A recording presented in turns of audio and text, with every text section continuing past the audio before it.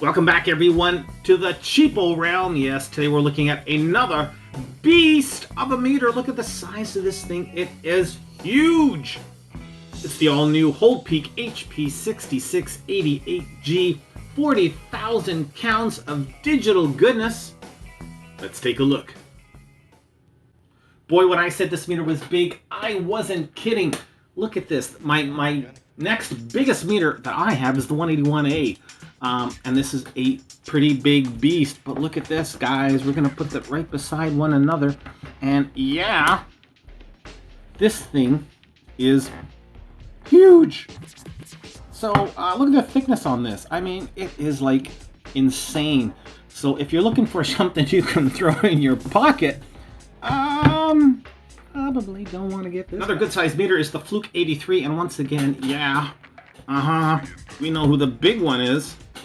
Insane.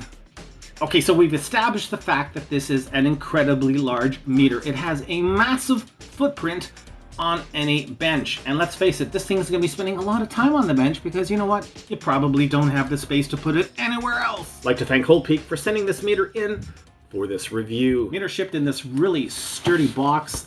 Actually, HOLDPEAK did a terrific job in terms of shipping this out. Really well packed. Appreciate it. In the box itself, it came with a very nice case, and I like this one because it has a sleeve. It has some insulation in there, so it's got some good basic protection. Also came with a thermal probe because the meter also does temperature in both Celsius and Fahrenheit. Also ships with these massive probes. These are big suckers. I'm talking big test leads. Wow. And they have a massive finger guard, and when we take them off, it's got that nice sort of insert, so you can actually use this for a variety of testing purposes, not just testing components, but yeah, very nice. These are thick leads. I mean, let's pull out the Pro Masters, which are pretty darn thick in their own right, and you can see, yeah, these things are dwarfing those Pro Masters. Yeah. Very big. They have a rating on them. Let's see. Here we are. Cat 3, 1000 volt, 20 amp. Unfortunately, it is not silicon, but it is a okay plastic. Definitely, I've seen a lot worse. I really actually don't mind these test leads. They're not bad. Silicon would have just made them so much better. But hey, I'm not complaining. Well, actually, I am, but just a little bit.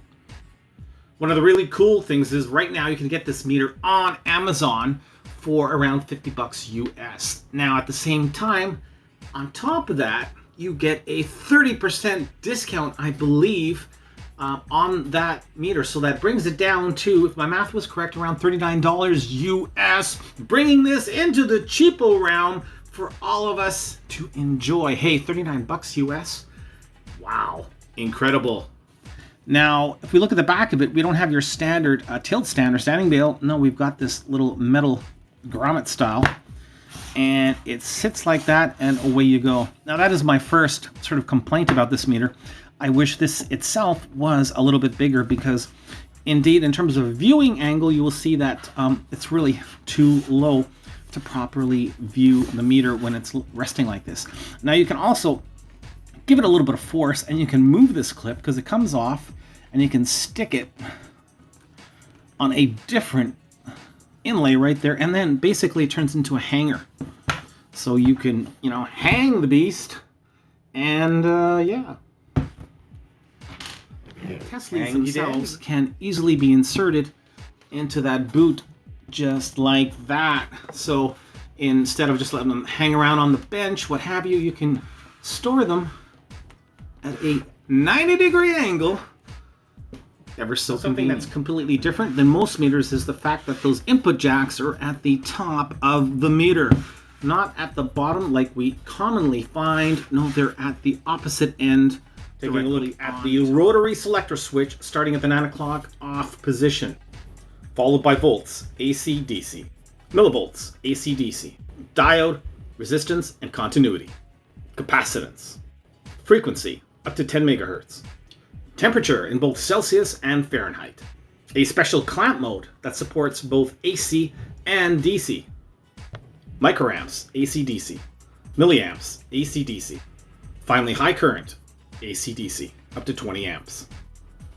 On the left, we have our push buttons, starting off with the select switch, followed by the manual range, our rail button, and finally frequency and duty cycle.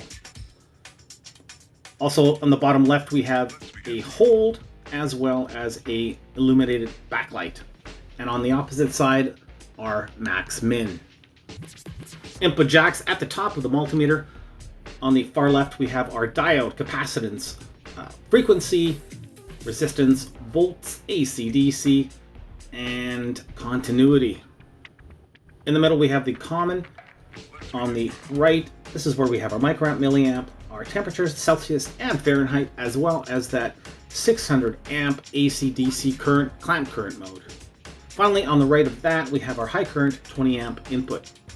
Milliamp is fused up to 500 milliamps, and the high current is also fused with a 15-second warning. Alrighty, let's turn it on for the first time. Here we go. And bada boom, bada bing, bada bang. Right away it defaults to volts DC, which is nice to see. And look at that 40,000 count resolution goodness, folks. Also at the top, we've got our bar graph as well. And it's sort of that old analog meter style on the curve. I like it. That display itself is recessed. It's in there about 1/4 of an inch actually. So quite a little lip into that LCD display. If we turn on that backlight, you can see it comes on. Now I notice there is some flicker on the camera. In person, you see none of that actually.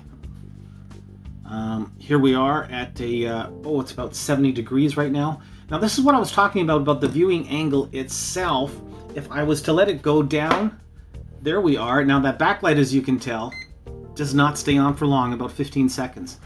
But yeah, that's the viewing angle with the stand, and it's just too low. Ideally, you want it to be around here. As you can tell, big difference in overall quality of what you're seeing, but that stand, tilt stand, just doesn't allow it. Now that hold is also your standard touch hold, nothing fancy. Now, when you get a reading, you actually have to physically touch the hold button. I hate that. Actually got the meter propped up on another multimeter just so you guys have a better angle at home. Okay, 250 millivolts, what we want to see. And if I could get these probes inserted, there we go. We're in the millivolt range, 249.9. So it took a little while there to get the reading. Let's go back to regular volts now. 2.5 volts, what we want to see. And we saw it briefly, but then it disappeared. 2.4994. There we go. So we're out around 4, 5, 6 counts. Something else worth mentioning is the range selector switch itself. It's definitely got a snap, crackle, pop going on. That I like, but you know, it's sort of easy to skip over range for some reason. It just seems to fly over to that next range. Yeah, it's a little bizarre in that respect. I wish I had a little more finite control. If you saw the latest Halloween video, you probably recognize this old beast here, this Heath built voltage reference source. And I've got it set to 82 volts DC and showing up as 80.6 on the HOLDPEAK. Sitting now at 0.001 volt and showing us 0.010. So we're out around 9 counts. Oh, hang on. No, yeah, there we are. Taking out the fluke, and yeah, spot on. And same thing for the WaveTech. Resistance is next. This is a 22 mega ohm resistor.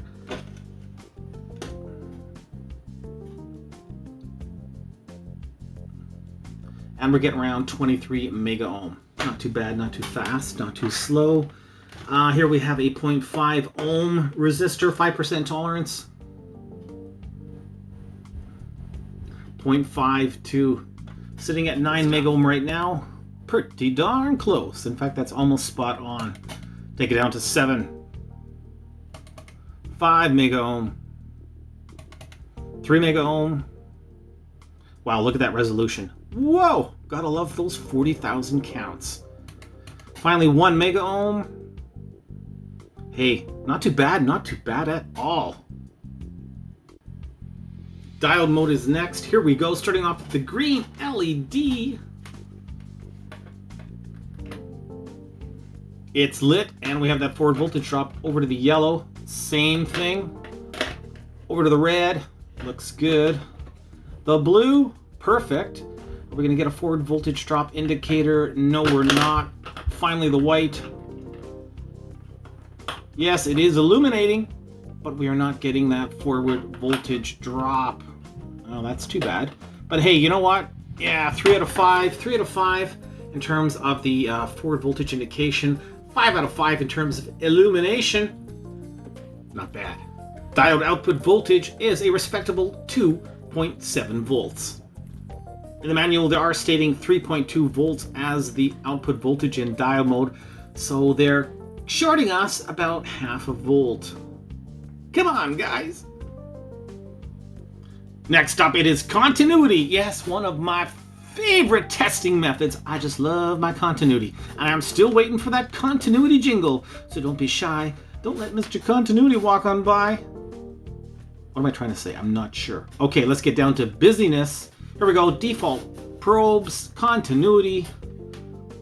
1 and a 2. Ah! Go away! It's continuity time. I am not answering the door. And that's final. Okay. 3, 2, 1.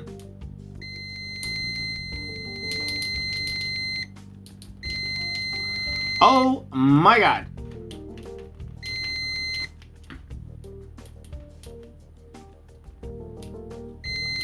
Well, suffice to say, with the stock probes, continuity is crap. Oh. Probe masters, here we go.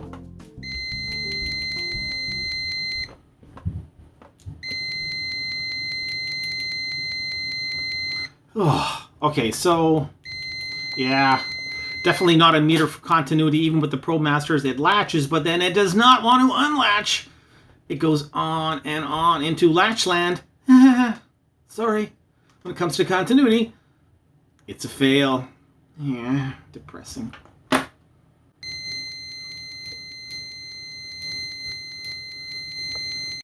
Maximum decibels in continuity mode, 72.6. It's loud. And it never stops. Next up is capacitance. And this has a really nice capacitance threshold of 100 millifarad, 100,000 microfarad. Hey, that is nothing to sneeze at. Bless you. All right, so here we go. Starting off with a 10 millifarad, 10,000 microfarad cap. Let's see how fast it is. We are in capacitance mode. Here we go. All right, we can see it is thinking. It's now in millifarad mode. Hey, that was pretty fast. 8.4, 9.2. Excellent. Alrighty, let's take it up now. 47 millifarad. Here we go. Gotta say, I really do like these probes. Very, very handy dandy. We're in millifarad mode and 40.71 millifarad. Yep, that is pretty well close to the ballpark. Okay, good stuff. So, hey, this is pretty fast in terms of capacitance. Let's take it to the max, 100,000 microfarad. Let's see how she does. Here we go. What gets into that millifarad range nice and fast. Wow, spot on. Just under 95 millifarad. Oh, there we are, 99.74 millifarad. Okay, it's thinking again. Up and down, and actually I'm kind of losing my... Yeah, I just lost it. But anyway, hey, excellent. It's fast. It is fast. Don't forget, these are some pretty high-rated caps, and that just took a matter of seconds, really. So, hey, good stuff. Let's see if it's just as fast at the low end of the spectrum. Here we go, 0.01 microfarad. Yeah, that just took no time at all. And a 3.3 microfarad.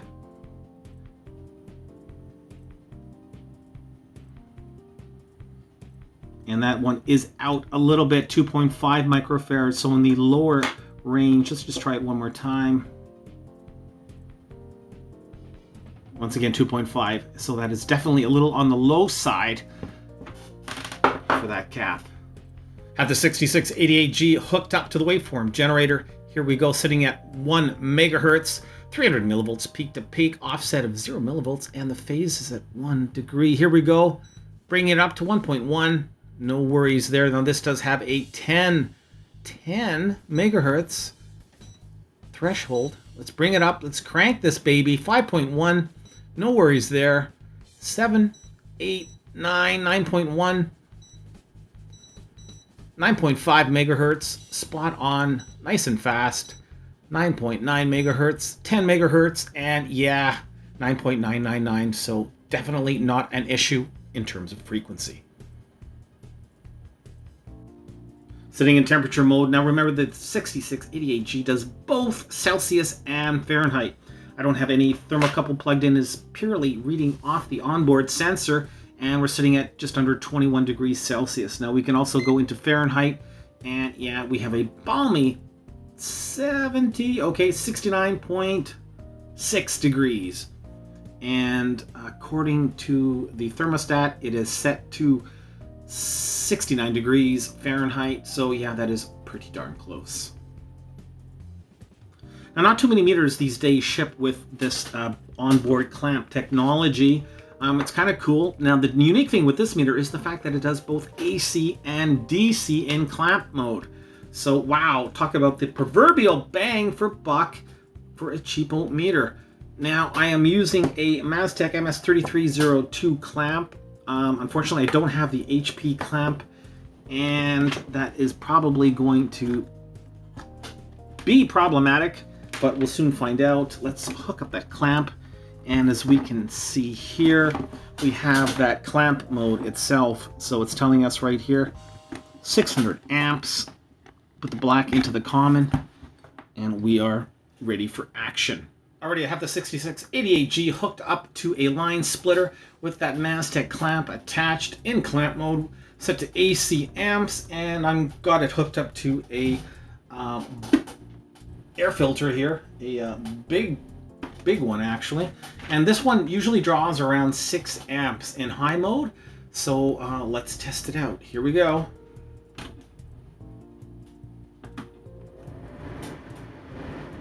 And we can see spot on, showing just under 6 amps of draw. Now I'm going to bring it to the medium setting. Now we should be seeing about 2 amps here, and it is not showing us anything. Same thing with the low, we should be drawing about 1 amp. And once again, it is not giving us a reading at all. Now, the only thing I can think of is the fact that this is not an HP clamp. It is a Maztec, as I said, and it might not be on the list of approved clamps for this meter. But I will do a follow-up at some point and let you know if I have better success with an HP clamp. All right, right now we are in high current, sitting at 1.78 amps according to the power supply, and look at that, pretty well spot on. Let's take it up, shall we? 3.5 amps, yeah, no worries there. 5.9 amps, and we had a little beep, a warning that we're getting to high current, and 5.9 amps, spot on. 8.1 amps according to the power supply, 8.125. Gotta love that high resolution. And sitting now at 9.46 amps, and coming up as 9.49 on the HOLDPEAK. So good stuff. Looking good. Bring it back down. Excellent. Gotta say, I really do like that high current alert when we get into the high current mode. That's around 5 amps. You can see we get that audible beep, and away we go. All right, now we are in low current. We are in the milliamp mode, so we moved that test lead over to the milliamp range, sitting right now at around 48, 49 milliamps, and as you can see, no worries there. Now remember, this has a 400 milliamp maximum. Yeah, now it does not actually say that on the meter itself, or does it? Let's just take a quick peek. It says 500 milliamps On the top of the meter, in the instruction manual, it says 400 milliamps. So you know what? Let's take it to 500. Here we go. Up and away, 122 milliamps. And yeah, no worries there. We have that nice bar graph at the top as well. So these are in 100 milliamp increments, 100, 200, 300, 400. 266 milliamps, looking good. 400 milliamps, according to the manual, that is the maximum. And we're now sitting at 490. It is, oh well, we're over limit. Let's bring it back down, shall we? 400 milliamps. Good stuff. There it is. So theoretically, yeah, it looks like 400 milliamps is the maximum that this one can take. No problem with AC volts, 121.5. Yeah, looking good. Something definitely worth pointing out is the fact if you do plan on getting this meter, take note that your standard test probe jack inserts don't work. No, it's very finicky in this respect. So I've only found thus far that Probe Masters and another test lead have really worked with this meter other than the default test probes that it ships with. As you can see, I'll try your standard test probe here, and it just does not go in far enough. Come on, baby. Yeah, it just doesn't want to go, so no can do. Speaking of the default test probes, you know what? I like these. I like these a lot. I really wish they would have been silicone, but that being said, they work quite well. I wish the shrouded ends were a little bit heavy duty to match the rest of the meter. But, yeah, you know, beggars can't be choosers. As well, I have tried like crazy in vain to get those tips off, and no success. And I'm pretty sure they can come off, but it would take a lot of trying. So, yeah, just something to be aware of. Next up is high voltage time. I'm going to bring it up to 1,000 volts plus on the DC side of things. 3, 2, 1, here we go. Getting an audible alert, and there we go, just over 1,000 volts, 1,086, 87, pushing 1,100 volts DC. No worries, let's bring it back down. One more time. Double the fun, look at that, 1,100 volts, yeah. No smoke, no flames, looks good. I do like that audible alert. No other visual indicator letting us know we are in the high voltage zone, but all is well. Something kind of funny, amusing, whatever you want to call it, is the fact that once you take off the back of the cover, you can see we had 3 Phillips screws, and it's nice. They're all brass inserts there, so no worries there. And look at that instant fuse access. I really like that. But yeah, look at that battery housing. What they've done, it looks like originally they had 6 AA's or perhaps AAA's that were utilized to power this beast, and what they've done is they've negated that in favor of one 9-volt battery, which sits right there, but you still got that outline for the original 6 battery. So interesting. Let's take a look at that battery consumption right now. In the on mode, it's drawing only 2 milliamps. Now remember, this is a 9-volt battery, so let's hit the switch, change it anywhere. No matter what range we do, it goes to around 2 milliamps. We put on that backlight, and yeah, it jumps exponentially up to 32 milliamps is the current draw right now. Let's see what happens when that backlight goes off. Shouldn't take too long. 3, 2, 1, there we go. So without that backlight, we're back down to 2 milliamps. According to the stats, then, we should get approximately, with this 9-volt battery, a consumption rate of around 200 serviceable hours. So all in all, considering the heft and size of the meter, if we can even get 150 plus hours, hey, I don't think that's too bad. Okay, now I have the meter hooked up to the power supply, and we're sitting at 9 volts exactly, and you can see we have no issues. So let's start bringing that voltage down and seeing what we have in terms of actual usable voltage. He's sitting at 8.6 volts right now. It's still looking good. 8.2, no worries there. 7.7 volts, yeah, we're okay. 7 volts, even, Steven. So far, so good. 6.5, 6.3, 5 volts, and look at that. We are still good to go. Bring it down even further. 5 volts now even. Now we see that battery light is on. When did that battery light come on? Let me just double check on that. Alright, so that battery light came on around 6.5 volts. Dropping it further, 5.8 volts, 4.1, 3.3, 3.2. Wow, you're still looking good. 2.8 volts, 2.5, 2.1. Holy moly. And under 2 volts, and the screen is gone. Let's bring it back up. 1.6, 0.7, 0.9, 2 volts, and there you go. So 2 volts, a drop off voltage for the meter.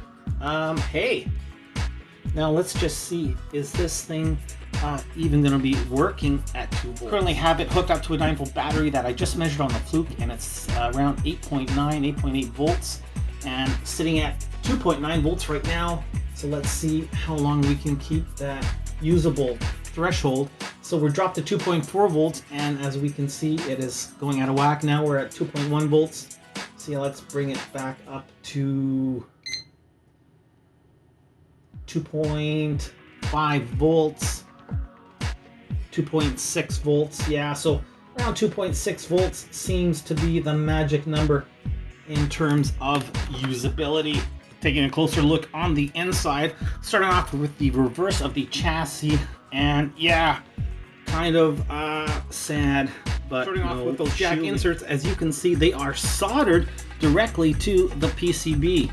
And yeah, it's a different outlook on a multimeter input jack. Normally those are going right through the PCB, or there's some definite connection, but here they are soldered remotely. And they are screwed in actually pretty decently by the looks of it. Fairly thick gauged wire, and soldering wise, I don't see any major issues. All in all, yeah, it's passive. In terms of general input protection, it is a little disappointing. We do have that 20 amp 500 volt fuse. I can verify that is indeed a 20 amp fuse, as well as on the milliamp side, we do have a 500 milliamp fuse in there as well. Ceramic, both of them. And as well, we have that current shunt over here, a couple of melts, a diode clamp going on, and that is on the current. On the voltage side, we really don't have much. We have this tiny, pathetic looking PTC. That is basically it. That's all. On the left, we have the main IC. That's a Hicon Technology HY3131 50,000 count DMM analog front. Directly on top of him, we have the Hicon Technology HY16F198B. That is our mixed signal controller / LCD driver. That is what is outputting everything on that liquid crystal display. Generally speaking, fit and finish wise, pretty clear. No major complaints here. The gauge of the wire does seem to be rather decent, and I don't see any terms of flux residue or loose components, what have you. So overall, general quality is acceptable. Closing thoughts on the HP 6688G. Wow. This is a beast. Now, I'm not sure why it has to be so damn big. I really don't get it. I thought maybe inside we're going to see some amazing input protection, and that just wasn't the case. This thing is huge, and I just don't know why. Why such a big, massive enclosure for really a unit that doesn't have a whole lot inside? Excellent set of ranges, 100 millifarad plus. Does reach that frequency threshold without any issues, and the list goes on. And hey, let's not forget that clamp. Awesome. Definitely not a meter to put in the car. No, unless you drive a semi, I just don't think you're going to have the room. But hey, you know what? Size isn't necessarily a bad thing. If you got the room on your bench, it's always nice to have a big meter. If you can score this one at a good price, I think the value is there. The HOLDPEAK HP 6688G, one heck of a meter in many different ways, gets a solid and stable 3 out of 5 stars. Thanks for watching this review, everybody. Hey, appreciate all the comments, feedback. You know I like it. Don't be shy. Don't let your questions pass on by. That's what I'm here for. Anything you want to see reviewed, drop me a line. Till the next one, keep on testing.